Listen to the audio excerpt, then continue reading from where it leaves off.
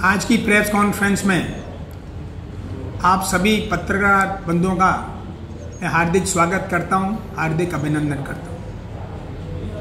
आज की press conference का जो मेरा एजेंडा है, मुद्दा है, वो राजाखेड़ा विधानसभा के विधायक और विधायक के परिवारों को जो होली मिलन का कार्यक्रम किया था उससे संबंधित है। राजाखेड़ा की कांग्रेस जितने भी कार्यक्रम करती है वो राजाखेड़ा विधानसभा में कोई कार्यक्रम नहीं करती। गिने चुने लोगों को वो अपनी गाड़ियों से अपने ही प्रीमिसेस में अपने में बुला के करते हैं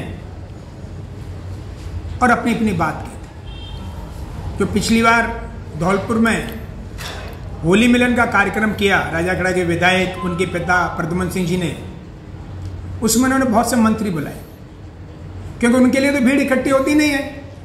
तो मंत्रियों के नाम से उन्होंने भीड़ इकट्ठी करने की कोशिश की और उसमें उनके ही परिवार के कुछ लोगों ने मंच के माध्यम से मेरे को लेकर कुछ टिप्पणियां की। अब ये मेरा नैतिक धर्म भी है, दायित्व भी और जिम्मेवारी भी कि जो सवाल प्रद्युमन सिंह का परिवार मुझसे करे उनके मैं जवाब दूं। उनके एक परिवार के सदस्य ने यह कहा कि अशोक शर्मा कमरों के बेड के अंदर प्रेस कॉन्फ्रेंस करता है और अगर मुझ में हिम्मत है तो मैं सड़क पे आके उनसे आमना सामना करूं। प्रद्युमन सिंह जी, मुझे बड़ी ही टीस होती है कि तुम्हारे परिवार के सदस्य को यह भी नहीं मालूम कि प्रेस कॉन्फ्रेंस सड़कों पे होती है या कमरों में होती है। चाहे वो राष्ट्रीय स्तर पर बीजेपी करे, कांग्रेस करे, प्रेस कॉन्फ्रेंस तो चैम्बरों में ही होती है। तो पहले तो उस इंसान को समझाओ, ये कहना कि भाई बंद कमरे में गलत है, प्रेस कॉन्फ्रेंस तो कमरों में ही होती है। रही बात, आपके परिवार के सदस्य ने मुझसे कहा कि मैं सड़क पे आके उनसे बात करूं। मैं सम्मान से आपका चैलेंज स्वीकार भी करता हूं और आपको भी चैलेंज करता हूं कि जहां जिस तरह, जिस वेशभूषा में, जिस स्थान पे आप मुझसे रूबरू होकर कोई भी चर्चा करना चाहो, चाहे वो राजनीतिक चर्चा हो, सामाजिक हो, जनहित में हो, मैं आपसे सवाल जवाब करने के लिए तैयार हूं। जगह आप चिन्हित करो, वक्त आप चिन्हित करो। आपके पास कोई जगह नहीं हो तो सबसे सुरक्षित मैं आपको पचगांव में ले जाके प्रेस कॉन्फ्रेंस करा सकता हूं और अगर आप पचगांव में आने से डरो तो राजाखेड़ा में जगह चिन्हित कर लो। आपके एक बूथ है बक्सपुरा जिसमें मुझे सबसे कम वोट मिले। आपके परिवार के 4 आदमी हैं जिन्होंने राजनीति का रिप्रेजेंटेशन किया। प्रद्युमन सिंह जी, आप खुद हो, आपका बेटा विधायक है, आपका भाई एमएलए रह चुका है और आपका भतीजा लड़ चुका है। आप चारों के चारों अपने लमाजे के साथ पहुंचो और मैं तो अकेला ही हूं। आप तो कहते हो हमारा परिवार एक है, आप पूरा परिवार पहुंचो और मैंने तो मेरे भी परिवार के लोग तुमको धार गोदरे लेके उनको भी साथ लेके आओ और रात भर हम और आप बक्सपुरा के अंदर रूबरू रहेंगे। आप अपनी कहना, मैं अपनी कहूंगा, जनता सुनेगी और मर्द वही कहलाएगा जो पूरी रात बक्सपुरा में रुकेगा। जो भाग गया उसके प्रति नहीं है। मैं आपको इस बात की चैलेंज करता हूं कि राजाखेड़ा में मैं आपसे सवाल करूंगा। जहां तक राजनीति की बात है साथियों, वो तो जनता तय करेगी, लेकिन जिस उद्देश्य से मैं राजाखेड़ा में संघर्ष कर रहा हूं और राजाखेड़ा की जनता इस बात को महसूस करती है, जला महसूस करता है कि प्रद्युमन सिंह जी, तुम्हारा परिवार ऊपर से नहीं उतरता था। एक बजे जो सीढ़ियों पे चढ़ जाते थे, नीचे नहीं उतरते थे। तुम्हारा बेटा 46 डिग्री के टेम्परेचर में दूर दूर घर के कह रहा मुझे पहचान हुई, जनता की जीत है। और तुम्हारे परिवार के सदस्य ने जिसको मुझे चैलेंज दिया, तो बताना चाहता हूं कि जब जब कोई विधायक किसी भी पद पर गरिमा का उल्लंघन करेगा, पब्लिक जवाब देगी। राजाखेड़ा विधायक ने एक दूरभाष पे गाली दी, उस आदमी ने 550 रिटर्न दिया, आप जवाब नहीं दे पाए और जो करोगे वो भोगोगे।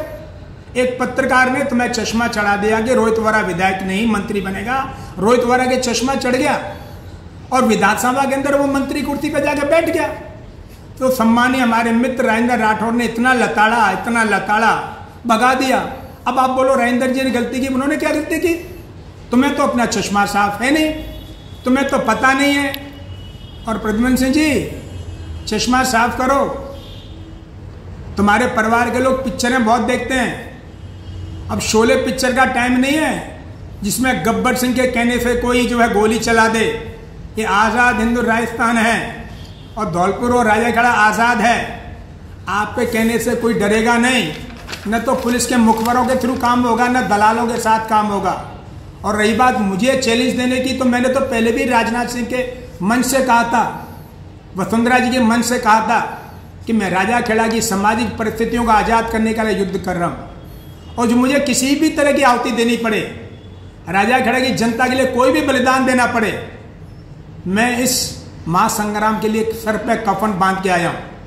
और अंतिम क्षणों तक वोटों की राजनीति का तो मुझे पता नहीं, क्योंकि वो जनता तय करेगी, लेकिन राजाखेड़ा की जनता को मानसिक रूप से सामरिक आज़ाद कर दूंगा, और आपको एहसास होगा कि आप घरों की कोठियों में बैठ के राजनीति नहीं कर पाओगे। रही बात मुझे चैलेंज देने वाली बात, तो मैं तो निडर इंसान हूं। आपको मैं कहता हूं, मैं तो बड़े बड़े लोगों के चैलेंज को स्वीकार करता हूं, आप कुछ नहीं कर पाते।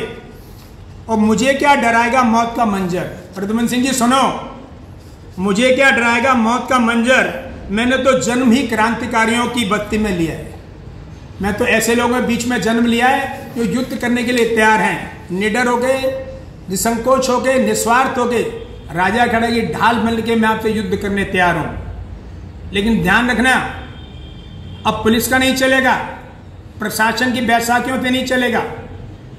और अगर बैसाखियों से लोग जीतते ना, तो पिछले 5 महीनों में देख लो, चीफ मिनिस्टर हार गए, राज पब्लिक तय करती है, राजाखेड़ा की जनता तय करेगी कौन मर्द है कौन शेर है। और आपके परिवार के जिस आदमी ने मुझसे कहा है कि मैं टिप्पणियां करता हूं, तो चलो उस पर भी चर्चा कर लेते हैं। वही परिवार का सदस्य पहले साइकिल से इलेक्शन लड़ा, तब मैं उसके साथ था। उसके बाद 8-5 साल बाद वो कांग्रेस से इलेक्शन लड़ा, मेरा उसका गठबंधन था, मैं उसके साथ था। तब वही परिवार जिसको आप कह रहे हम एक हैं, युद्ध कर रहा था। और 2008 में वो इंसान विधायक बना, परिस्थिति में पिछड़ गया। मैं जब उसको मुबारकबाद देने गया, तो उस टाइम वो घायल थे, पैर में चोट थी, तो मेरा सहारा लेके चल रहे थे। मेरे सहारे से तुम्हारा परिवार विधानसभा तक पहुंचा था, और उन्होंने बड़ी पीड़ा से कहा था कि भतीजे, मेरे को बड़ी कोफ्त है कि हम चाचा भतीजे विधानसभा में नहीं पहुंच पाए। बाकी की बात है, 2008 में ये बात हुई। 2018 में जब मैंने बीजेपी ज्वाइन की, तो मैं आपके उसी परिवार के सदस्य के पास पहुंचा था जयपुर में, आशीर्वाद लेने और गुड़ दक्षिणा लेने के लिए कि मैंने जो आपका 2008 में साथ दिया है, मेरा साथ दो। उसी महान इंसान के लिए जिसका परिवार कह रहा है कि हम एक हो गए। 999 लतीफे पढ़े प्रद्युम्न सिंह जी तुम्हारे लिए।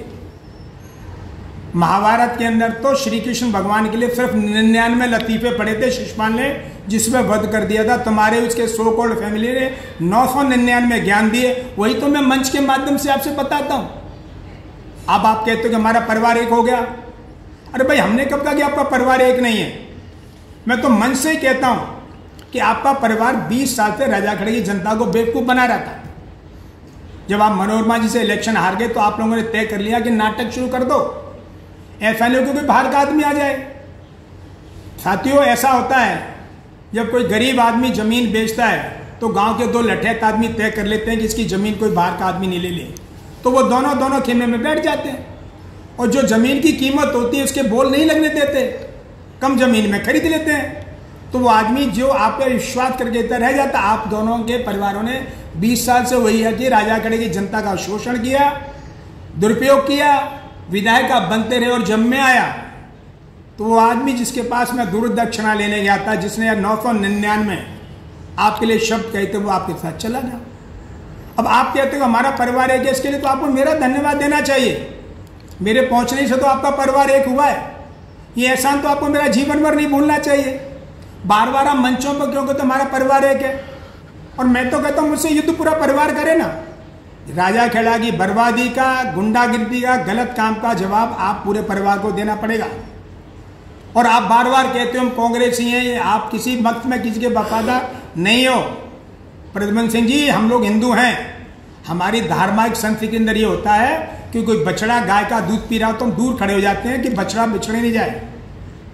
लेकिन 71 में आप 5 बछड़े थे, विधायक बने, मंत्री बने। और जब 77 में गाय बछड़े की पार्टी में बड़ा वक्त आया, तो आप छोड़ के ऊंट पर सवार होकर भाग गए। तो आपका परिवार तो पब्लिक का, पार्टी का, संगठन का दुरुपयोग करता है। जब जब कोई बात होती है आप एक हो जाते हो। आपको क्या लगता है प्रद्युम्न सिंह जी जनता आपको नहीं जानती?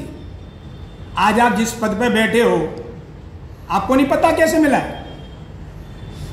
जो कहीं ऐसा तो नहीं है कि कोई समझौते के थ्रू मिला है? काबिलियत पे नहीं मिला प्रद्युम्न सिंह जी। 2008 में आप भी हारे, मैं भी हारा। अगर आप में काबिलियत होती तो 10 साल उम्र कम थी, इसी गवर्नमेंट ने आपको तो नहीं लिया। फिर 10 साल बाद अचानक मंत्रालय दे दिया। क्यों दिया? कहीं वो समझौता तो नहीं है कि आपका बेटा हरियाणा से किसी पायलट साहब को छोड़ के जैसलमेर भाग गया था, उसी केस में तो तोहफा नहीं मिला, काबिलियत पे नहीं मिला। आप भी जानते हो आपको क्यों मिला है। अब आपका दायित्व भी है, धर्म भी है, फर्ज भी है। आप राजाखेड़ा का क्या विकास कर रहे हो? धौलपुर में एनक्रोचमेंट कर रखा है। मैं मीडिया के माध्यम से ध्यान दिलाना चाहूंगा कि कल मैंने वो देखा, ऑल इंडिया कांग्रेस कमेटी का अधिवेशन हो रहा था। उसमें सम्मानित सोनिया की फोटो था, राहुल जी का था, प्रियंका जी का था। ऐसे लगा कि एक ही परिवार की पार्टी है। और ये सम्मानित नरेंद्र मोदी जी कहते हैं कि हम जनहित में सड़क पर लाना चाहते हैं, वही धौलपुर की राजाखेड़ा की कांग्रेस ने कर रखा है। धौलपुर में चाहे नगर पालिका का पोस्टर हो, चाहे कांग्रेस का पोस्टर हो, यहाँ का एक गरीब ओबीसी का प्रत्याशी है, उसका तो आपने शोषण कर दिया है। आपका अपना फोटो छप जाता है, आपके विधायक बेटे का छप जाता है, और तो और आपके परिवार के एक ऐसे आदमी का भी फोटो छप जाता है जिसका राजनीति में कोई योगदान नहीं है, वो संगठन का नहीं है, सत्ता का नहीं है, संघर्ष नहीं किया, उसका भी फोटो छाप के आप यही मैसेज देना चाहते हो कि परिवार की राजनीति नहीं। आपको आदत थी दूसरे की जमीन पे एनक्रोचमेंट करने का, आप धौलपुर में भी वही कर रहे हो। और आप किसी के वफादार नहीं हो। कभी जनहित में मुद्दे पे आपने संघर्ष नहीं किया। 50 साल का इतिहास उठाओ, मुझे बताओ कभी पार्टी के लिए, पब्लिक के लिए आपने कोई संघर्ष किया है?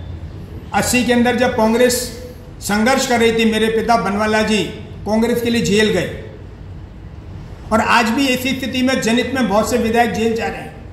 वो विधायक समस्याओं के लिए संघर्ष कर रहे हैं, लेकिन आप किसी के साथ नहीं खड़े पाते। आप चाहते नहीं क्योंकि बढ़े, न पार्टी को बढ़ाना चाहते हो, न व्यक्ति को बढ़ाना चाहते हो, आप अपने परिवार में लिप्त हो। अब राजाखेड़ा की जनता आपको वक्त के हिसाब से जवाब देगी कि आपको क्या जवाब देना है। ये अशोक शर्मा पुनः मीडिया के माध्यम से आपको इस बात के लिए आमंत्रित करता है कि जहां चाहो, जिस स्थिति में चाहो, जैसे चाहो, मुझसे रूबरू होकर जिस मुद्दे पर आप चर्चा करना चाहो। और ध्यान रखना, मैं आहुति देने के लिए राजाखेड़ा की राजनीति कर रहा हूं। अब आप ये दिमाग से हटा दो कि आपसे कोई डरता है, और जो पुलिस के प्रशासनिक अधिकारी हैं गलतफहमी हटा दें। उनके करे कुछ नहीं राज बनते, जनता तय करेगी। मैं सिर्फ अन्याय, अत्याचार, ठेकेदार और दलाली की लड़ाई लड़ रहा हूँ। मैं राजाखेड़ा की जनता को मानसिक रूप से आज़ाद करने के लिए लड़ रहा हूँ। प्रद्युम्न सिंह जी, मैं आपको पुनः बड़े ही सम्मान से राजाखेड़ा में आमंत्रित करता हूं कि आप जगह चिन्हित करो और आंख से आंख मिला के बात करो। मेरे सवाल मैं करूंगा और आप अपने सवाल करना, दोनों तय करेंगे कि राजाखेड़ा का विकास किन परिस्थिति में हुआ है। और आपका बेटा जो भाग रहा है वो जनता की जीत है। इस बात का संदेश है कि तुम भयभीत हो, तुम्हारे चेहरे पे जो सलवटें पड़ रही हैं, पसीने की बूंदें गिर रही हैं, इसी बात का संकेत है कि अंदर से आप डरे बैठे हो। आने वाला वक्त तय करेगा कि कौन सिकंदर बनेगा और कौन क्या करेगा। आप सबका बहुत बहुत धन्यवाद साहब।